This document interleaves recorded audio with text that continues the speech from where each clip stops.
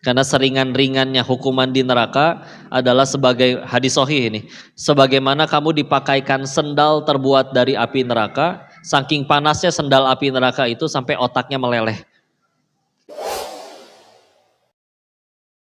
Bismillahirrahmanirrahim. Assalamualaikum warahmatullahi wabarakatuh. Alhamdulillahirabbil alamin. Alhamdulillahilladzi anzala sakinata fi qulubil mu'minin liyazdadu imanan ma'a imanihim. Segala puji hanya kepada Allah atas nikmat dan karunia-Nya. Alhamdulillah bisa ketemu ini warga-warga Ciparai. Salam semoga selalu tercurah pada junjungan kita baginda Rasulullah Muhammad sallallahu alaihi wasallam beserta para keluarganya, sahabatnya, dan semoga Allah sanggupkan kita istiqomah meniti sunnahnya. Salam takzim kami kepada seluruh jamaah yang udah hadir, yang dimuliakan Allah. Dipilih Allah untuk hadir, Allah gak ngizinin kita gak akan bisa nyampe masjid, betul ya? Gampang dibikin bannya lepas, atau kakinya yang lepas juga bisa kalau Allah mau ya. Tapi nyampe ada yang datang ke sini jatuh dari motor dulu ada? Berarti aman ya. Itu tanda Allah sayang. Karena kalau mau jujur, coba sok jujur Bu. Berapa kali ibu naik motor sen kiri belok kanan, lebih sering celaka atau selamat? Sayang berarti Allah ya. Yang celaka yang belakang kagok liatin ibu ya. Bismillah, Masya Allah. Judulnya apa tadi udah tahu belum? Temanya? Ketika masalah tidak ada jalan keluar. Emang pada punya masalah? Banyak? Masalahnya udah beres loh? Belum? Kenapa cengengesan begini kayak bahagia? Gini. Saya pengen lurusin judulnya dulu ya. Bayangin semuanya lagi nyetir mobil, udah? Mobilnya terserah merek apa aja, angkot boleh, BMW boleh, yang penting mobil ya. Megang setir, terus kacanya kotor, tanah semua. Nggak kelihatan apa-apa. Jujur, nyetirnya tenang atau gelisah? Gelisahnya kenapa? Karena tidak ada jalan atau karena jalannya nggak kelihatan? Berarti jalanannya ada ya? Tapi karena nggak kelihatan jadi takut, jadi gelisah. Berarti sama kalau kita juga kalau lagi ada masalah seolah-olah kayak nggak ada jalan keluar, bukannya nggak ada jalan, tapi jalannya nggak kelihatan. Ya kan? Berarti gimana biar jalannya kelihatan? Kacanya mesti dibersihin dulu. Sama berarti kita juga kalau kacanya udah bersih kan kelihatan. Oh depan harus belok tikungan. Oh depan harus ngerem ada polisi tidur. Ya. Sama kita juga kayak begitu berarti harus dibersihin dulu. Apanya yang dibersihin kok? Bismillah, hatinya. Mungkin kalau ada kesalahan ke Allah, ditobati dulu. Kalau tiba-tiba nanya, emang saya dosa apa kok? Selamat baru dapat dosa yang baru ya. Yang ngerasa diri nggak punya dosa, teh dosa. Betul? Imam Ghazali menyebutkan juga bahwa salah satu dosa yang tidak terasa itu adalah ngerasa diri ini sudah aman dari azab Allah. Yang ngerasa amannya dari mana? Betul? Nabi Adam diusir dari surga karena satu dosa. Kita pengen ke surga, emang dosanya satu? Ya. Umar bin Khattab radhiyallahu anhu luar biasa, ngambil sebatang ranting, diajak ngobrol. Enak ya jadi kamu. Kata yang di sekelilingnya bertanya, kenapa enak jadi ranting? Enak karena dia tidak akan dihisap. Sedangkan aku Umar, aku akan dihisap oleh Tuhanku setiap perbuatanku. Bahkan beliau menyebutkan kalau seluruh umatnya Rasulullah Muhammad sallallahu alaihi wasallam semuanya masuk surga kecuali satu orang saja, maka pasti aku satu orang yang gagal ke surga tersebut. Bisa-bisanya Sayyidina Umar berpikir seperti itu. Sedangkan beliau adalah orang yang Nabi sebutkan kalau aku bukan Nabi terakhir dan harus ada Nabi lagi, orangnya pasti Umar. Tapi mikir, kayaknya kalau seluruhnya masuk surga kecuali satu orang, kayaknya saya yang gagal ke surga. Umar rasa gitu. Terus kita ada masalah, terus nggak kepikiran sama sekali untuk tobat. Wah ini Masya Allah. Ya. Karena justru ternyata salah satu obat terbaik dari setiap masalah itu justru adalah Makanya balik lagi ke judul yang awal. Ketika masalah tidak ada jalan keluar, pasti ada jalan keluar. Cuman tadi jalan keluarnya nggak kelihatan. Ya. Jadi obatnya tadi apa? Obat dari sebuah penyakit? Termasuk penyakit fisik? Beneran? Ibu pernah ada yang punya asam lambung? Yang punya asam lambung jujur, kalau lagi stres naik nggak asam lambungnya? Berarti nyambung kan ke perasaan kan? Pertanyaannya tapi satu, apa sih yang bikin stres? Apa sih yang bikin gelisah? Kata Nabi, salah satu yang bikin gelisah itu adalah dosa. Karena ciri dosa itu menurut Nabi ada dua. Satu, membuat gelisah. Dua, tidak ingin diketahui orang lain. Ya, ulangi. Satu, membuat gelisah. Dua, tidak ingin diketahui orang lain. Makanya nggak ada orang korupsi update status. Alhamdulillah berhasil makan uang rakyat, itu nggak ada. Ya. Kadang sederhana kalau kadang nanya ya, ada pemuda pacaran, terus nanya, kok pacaran tuh boleh nggak sih? Saya tinggal jawab, kalau menurut kamu itu suatu kebaikan, kamu ngapain nanya kayak begitu? Kamu nanya kan karena pasti ngerasa kayak, aduh gelisah nih, bisa jadi yang saya lakuin ini nggak bener nih, betul kan? Pernah waktu itu juga ada, mohon maaf ya, pemain ini piano, keyboard, lagi break shooting, dia ngajak ngobrol, kok boleh tanya nggak? Boleh. Saya pengen hijrah, tapi ya gimana ya nyari uangnya. Memang ya mohon maaf kadang di kafe, yang kafenya itu mohon maaf jualan minuman keras. Tapi dah saya kemampuannya cuma bisa main piano. Saya tanya balik lagi, kalau menurut Bapak yang dilakuin udah baik, contoh misal pekerja zakat atau marbot masjid gitu ya. Mereka kan nggak akan nanya, saya boleh nggak ya jadi marbot? Pasti boleh, atau namanya ngurus masjid. Nah kalau kamu sampai nanya, punten, berarti ada kegelisahan. Kegelisahan berarti karena pasti ngerasa ada satu yang salah. Ya, kayak gini aja ini keluar nih, kan berangkat pakai sendal atau sepatu masing-masing. Pulang dari sini sendalnya kantongin, sendal orang dipakai di kaki. Gelisah nggak? Bisa. Di toel kubatur kayak, teteh, enggak ini bukan sendal kamu. Siapa yang nanya gitu? Ya gelisah ya. Nah, ketika akhirnya gelisah itu diundang oleh dosa, solusi terbaik bagi dosa adalah ya tadi tobat atau.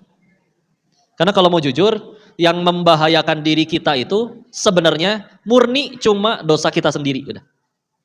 Beneran. Orang bikin dosa ada balasannya dia di sisi Allah. Kalaupun kita dijadiin korban, Allah nggak izinin jadi korban, nggak kejadian apa-apa. Ya. Orang nih ngejulitin kita, ibu monyong kamu, apa mulut ibu langsung mancung? Enggak, dia tetap dapat dosa karena maki-maki, mulut kita nggak langsung jadi mancung seperti omongan dia, betul? Dan sejujurnya yang nyebut monyong itu yang pasti mancung bibirnya, karena sulit nyebut monyong tanpa majuin bibir, betul? Coba praktekin. Susah ya. Bahaya nggak berarti mulut orang? Baru jadi bahaya kalau kita anggap itu sesuatu pengaruh. Dan kalau mau jujur, surga kita kan bukan di mulut orang, betul? Satu orang ataupun 1 miliar orang ngatain kita bareng-bareng, ibu monyong, mulut ibu gitu-gitu aja nggak? Nggak tiba-tiba mancung kan? Ya udah, nggak bahaya mulut orang. Yang paling bahaya buat diri kita adalah dosa kita sendiri. Kalau tidak ditobati, cepat atau lambat itu pasti ketemu hukumannya. Alhamdulillah, kalau ketemu hukumannya di dunia, lumayan gugurin dosa. Kalau nggak ketemu di dunia, lebih repot kalau harus dibalas setelah mati.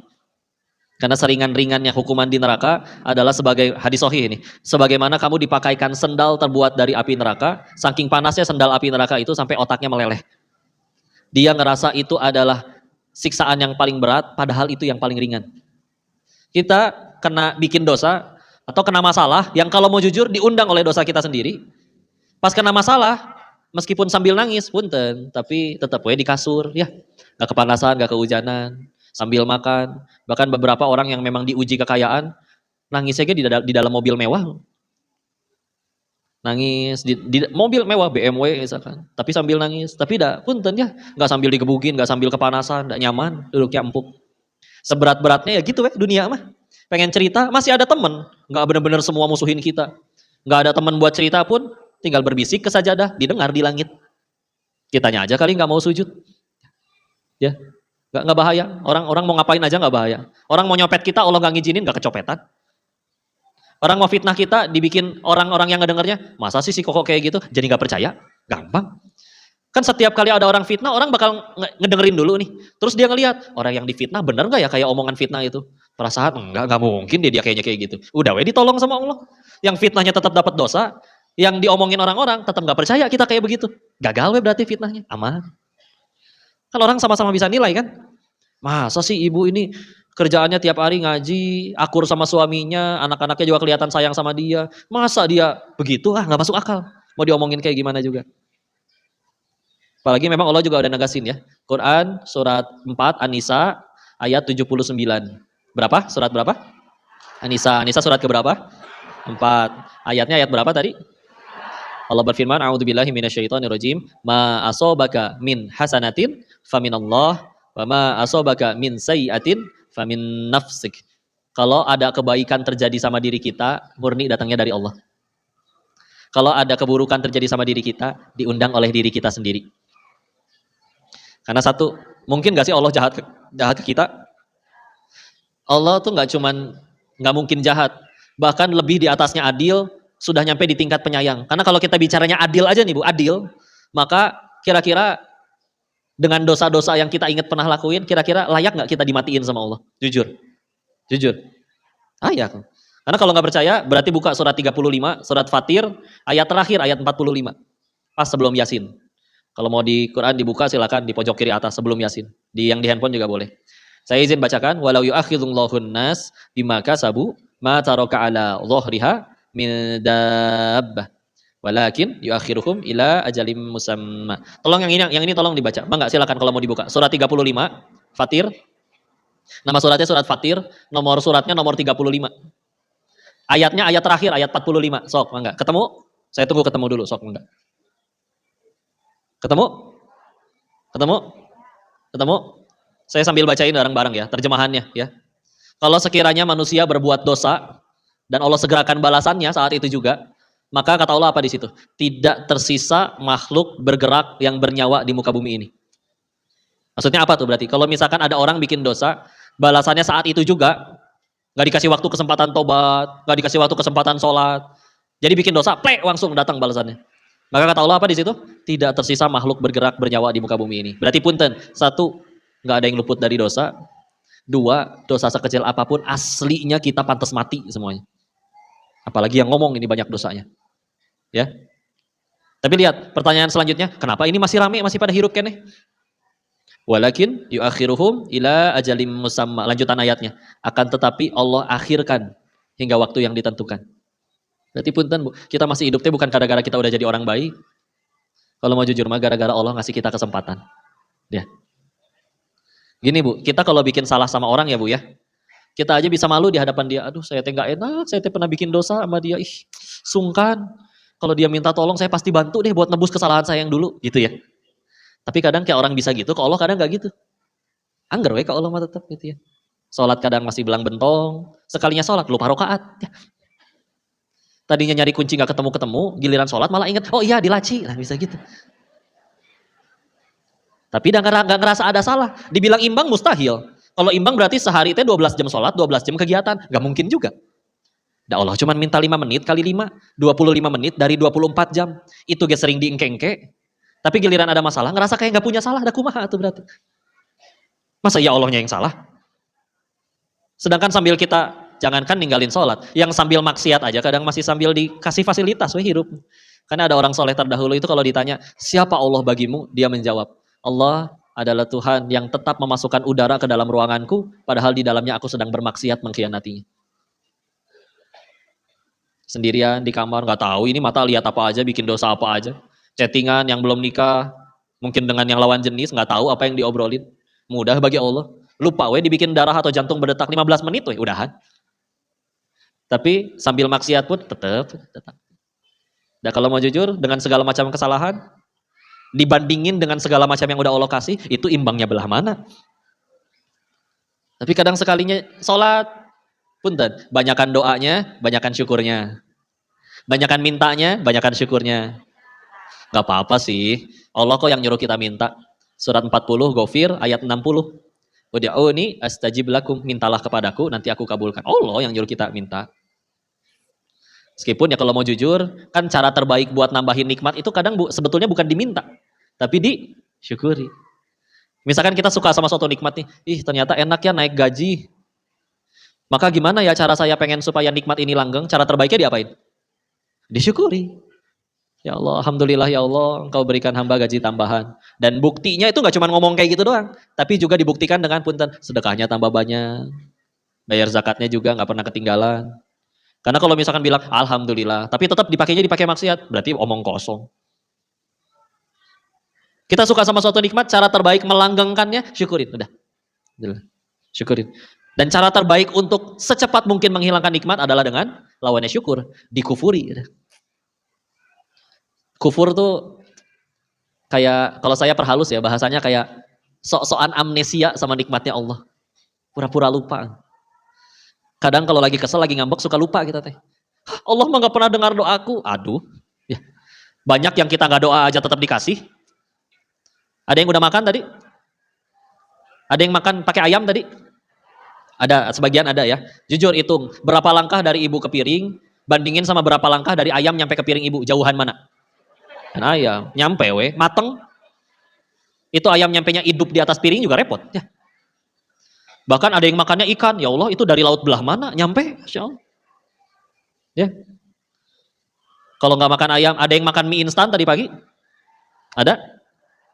Saya pernah kajian di pabrik tepung yang ini pembelinya paling banyak apa? Pembelinya ya pabrik mie instan cenah teh. Nah, ladang gandumnya di mana di Indonesia? Menuhin tepung se-Indonesiaeun. Ternyata ada di Kanada cenah teh. Jadi kalau ibu makan mie instan teh, impor eta teh dari Kanada, Bu. Gaya euy si ibu ya. Ke Kanada punya belum pernah, makannya tiap hari dari Kanada. Ajib.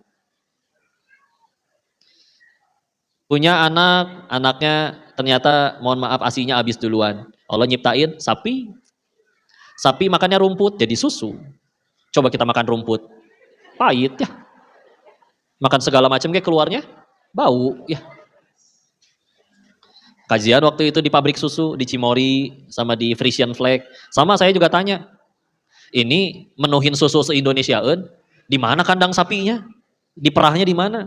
Dijawab, di New Zealand sana. Bukan di Indonesia.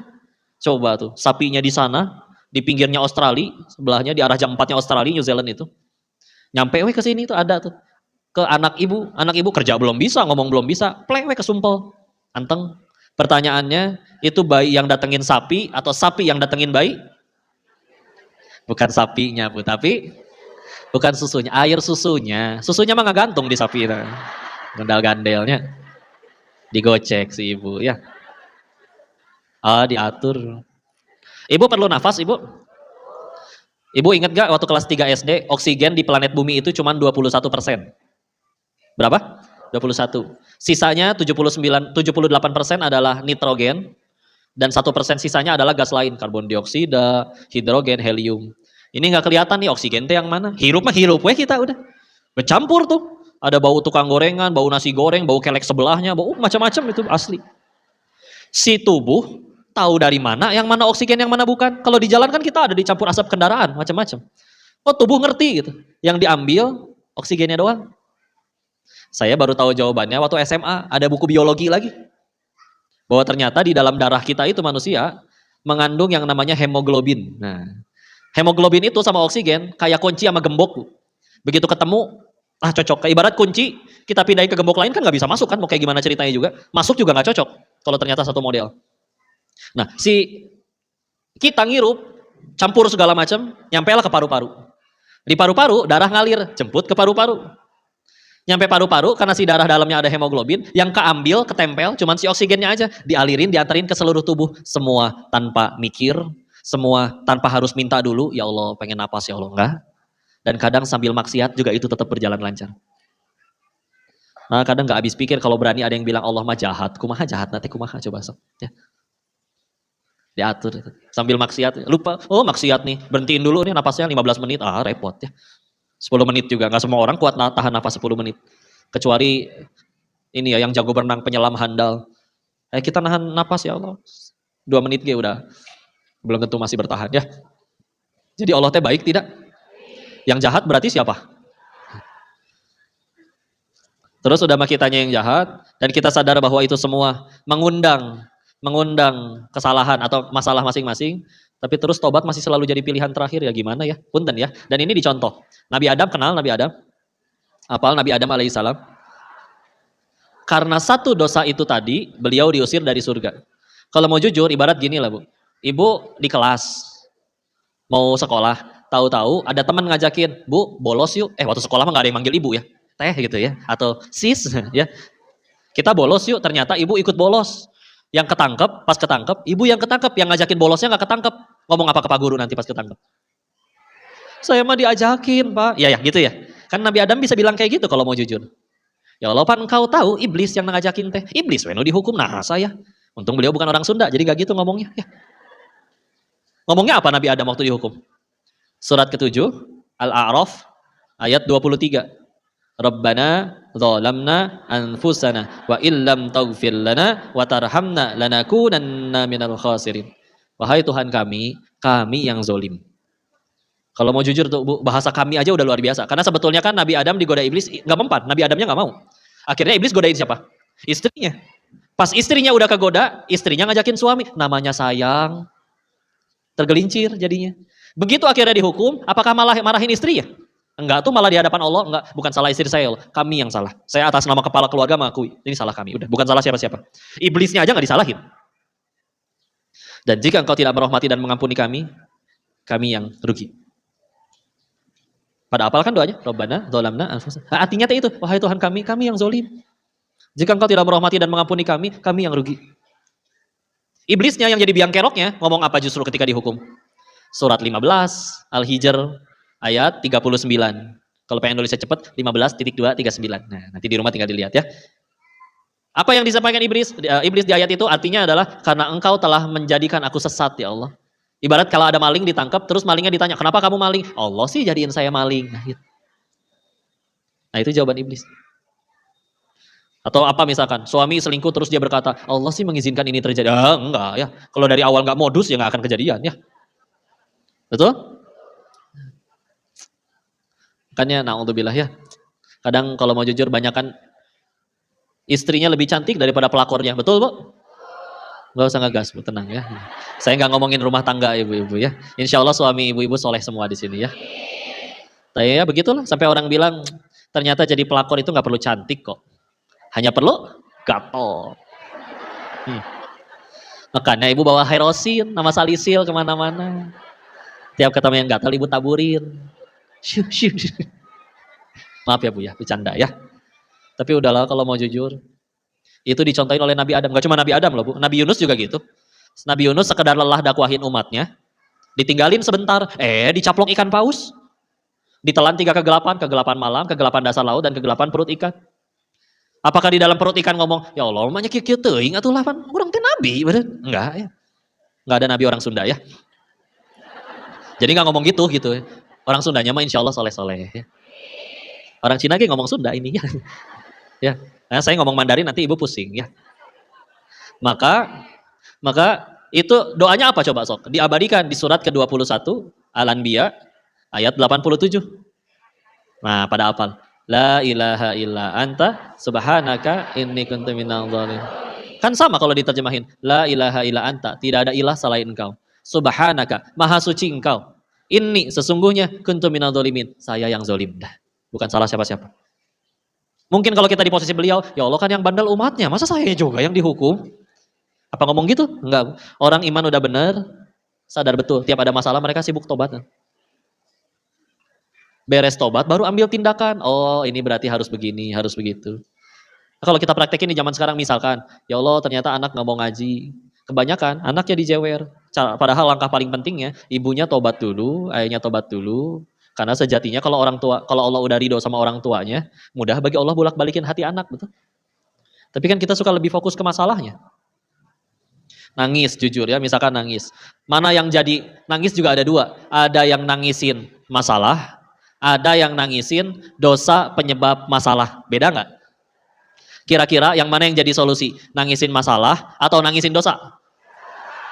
Tapi kita lebih sering nangisin masalah ya. Contoh, pemuda, kenapa kamu diputusin pacar nangis? Iya kok, 1 jam sebelum diputusin, saya beliin mereka sekeluarga iPhone 15 Pro Max. Oh itu peres, dompetnya kayak sakit itu, ya. Tapi dia fokus ke masalah. Pemuda yang satu juga ditanya, kenapa kamu juga nangis diputusin pacar? Yang ini jawabnya beda. Karena selagi aku bersamanya kok, aku melupakan penciptanya. Cie. Gaya, angger wes ceriknya. Tapi jujur dia, ya Allah kok dulu dia memanggil tengah malam minta dijemput. Aku berangkat kok hujan-hujanan. Saya mikir lagi, Gojek masih kena dibayar, saya mantu. Sedangkan pencipta pacar saya manggil untuk menggapai kemenangan, hayya alal falah. Aku cuek-cuek saja. Ya. Maka itu yang aku sesali. Kan beda kan? Karena kalau salah fokus melulu, contoh. Artis aibnya kebuka. Kenapa stres? Salah fokus. Apa yang dia fokusin? Gimana kontrak sinetron hilang? Gimana followers pada unfollow kabur? Gimana ini? Jadi nggak punya fans lagi, itu yang dipikirin. Padahal seharusnya waktu aibnya kebuka apa yang dipikirin? Gimana caranya gara-gara ini saya jadi diampuni Allah? Itu lebih penting. Sok suruh milih. Netizen kembali cinta. Tapi Allah belum ngampunin karena kita nggak tobat-tobat. Masih celaka kene tuh. Celaka. Netizen masih menghujat, mencaci. Tapi udah sujud, nangis, tobat nasuha dan Allah udah ampunin. Selamat nggak? Siapa bisa nyelakain kalau Allah udah pengen jaga? Itu aib kebuka juga atas izin Allah kebuka. Dan punten, yang kebuka biasanya cuma satu. Ketahuan artis ini, mohon maaf, check in berzina dengan siapa di hotel. Kan yang ketahuan yang sekali, yang sisa berapa puluh kalinya? Nah, ketahuan. Tapi ngambek. Oh, saya tidak terima pencemaran nama baik. Padahal segitu tuh yang dibongkar satu. Kadang orang udah benar ngajinya mah tuh ketika dihina orang dia terima sibuk taubat tuh sambil mikir. Kenapa kamu nggak marah? Kalau mau jujur, hinaan yang keluar dari mulut dia lebih sedikit daripada kehinaan saya yang asli. Allah tahu saya kalau sendirian ngapain aja. Yang kebongkar cuma sedikit. Emang orang itu ngomong apa? Ngomong, "Allah Denis banyak omong." Tuh, cuman dibuka satu aib saya, banyak omong doang. Padahal saya nggak cuma banyak omong, banyak utang, banyak cicilan. Misal, ya. Udah mah yang diomong teh bener, ngambek kumahanya manusia teh ya Allah. Sedangkan sambil itu orang nyaci maki, yang isi makiannya juga bener, kita seburuk itu, beneran ada pada diri kita. Tapi kalau itu nyakitin hati kita, tetap atas izin Allah diizinin. Sekalian digugurin dah dosanya. Padahal kan yang ngalangin kita ke surga itu dosa kita sendiri kalau mau jujur. Coba ya, kasihan atau malaikat ya. Kita doa misalkan, ya Allah pengen ke surga, ya Allah tetanggaan sama Nabi. Dan malaikat pusing, Bu, ya Allah ya si ibu. Amalanan naon, sholatul rakaat wae. Istighfar jarang, sedekah diirit-irit, pengen tetanggaan sama Nabi. Kata Allah ya teman, pengen saya kabulin. Kumaha ya Allah ada dosa yang belum bisa terhapus, amalan sakitu-kitu nak. Ditolong sama Allah, ya udah kasih fasilitas. Ada teman kerja yang julid, ada yang minjem duit tapi galakan dia. Kan semua kepahitan tuh jujur ujung-ujungnya cuma dua. Semua kepahitan. Dari yang jalan kakinya nyenggol batu kalau itu sakit, sampai yang dikatain orang sampai perih kita nangis-nangis. Atau sakit, kanker, apapun itu. Pokoknya kalau kepahitan ujungnya cuma dua. Satu, gugurin dosa. Dua, meninggikan derajat. Ulangi, harus hafal. Satu, gugurin dosa. Dua, tahu. Jadi aslinya kalau udah ngelihatnya dari sudut pandang itu, ayolah. Ngelihat pasangan nanti, Bu, ngelihat suami, sempetin gerak ya. Kalau suami yang lihat istrinya, istri ngelihat suaminya. Kalau pasangan kita tidur duluan, liatin aja tengah malam. Meskipun bari calangapnya, gitu ya. Gak apa-apa, liatin aja ya Allah. Terus ingat semua kebaikan-kebaikannya. Ya. Kalau ternyata kebaikannya banyak disyukuri, berarti dia ladang pahala. Karena kan syukur nambahin nikmat. La in syakartum lazidanakum, surat Ibrahim ayat 7. Ya. Kalau ternyata ada kekurangannya, gara-gara kekurangan itu kita jadi tersakiti, nangis, berarti dia ladang penggugur dosa. Berarti wahai suamiku atau wahai istriku, lebih dan kurangnya kamu, selama aku bersamamu, apapun yang terjadi tetap deketin aku ke surga. Kebaikanmu jadi pahala, keburukanmu jadi penggugur dosa. Bukankah itu dua tiket utama ke surga?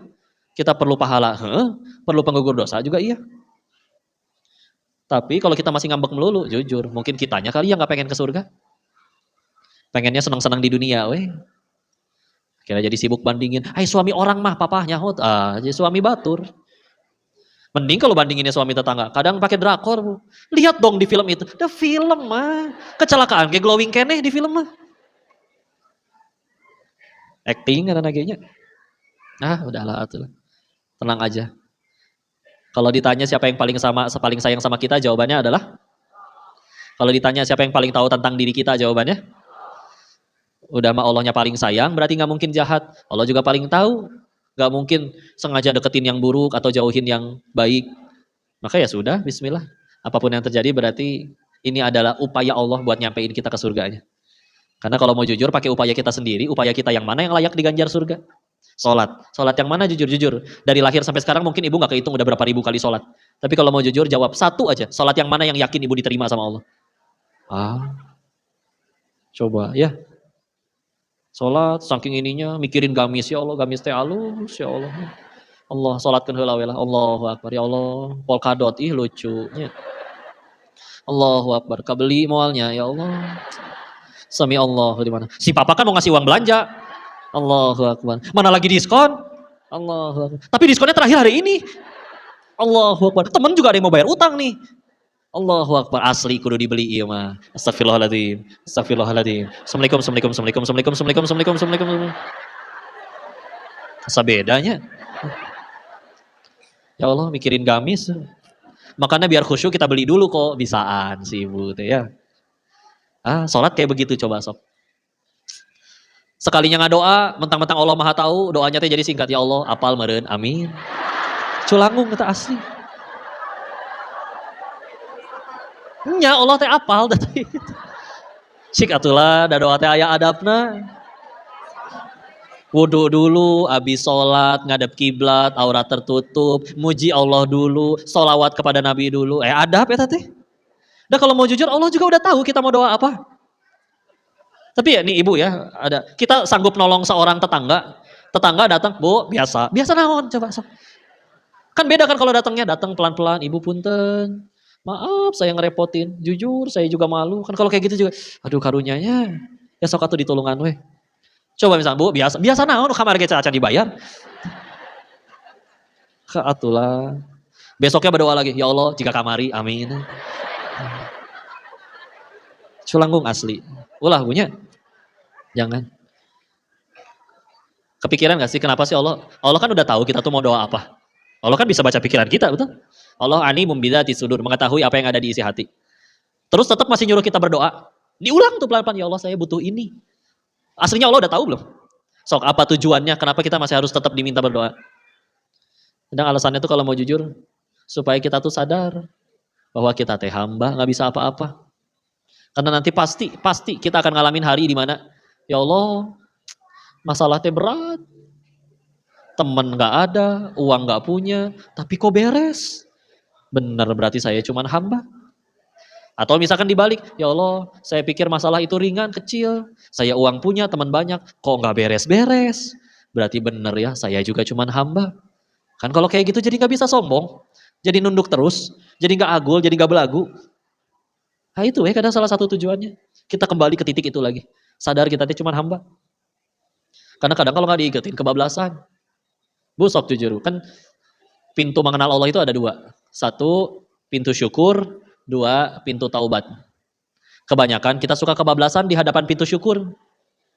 Karena ya tadi punten, bisa jadi kita banyakan mintanya daripada syukurnya. Yang kita nggak minta tetap dikabul, kita lupa terima kasih. Giliran ada satu dari sekian banyak kebaikan Allah nggak dikasih, kita bisa ngambek ke Allah. Ya. Maka ketika ingat itu, ya Allah, saya segitunya kurang baiknya. Tapi engkau tetap kasih, tetap mengurus diri hamba. Tapi terus kadang sampai berpikiran Allahnya yang pelit, Allah yang jahat kan. Kalau mau jujur bang nggak masuk akal ya.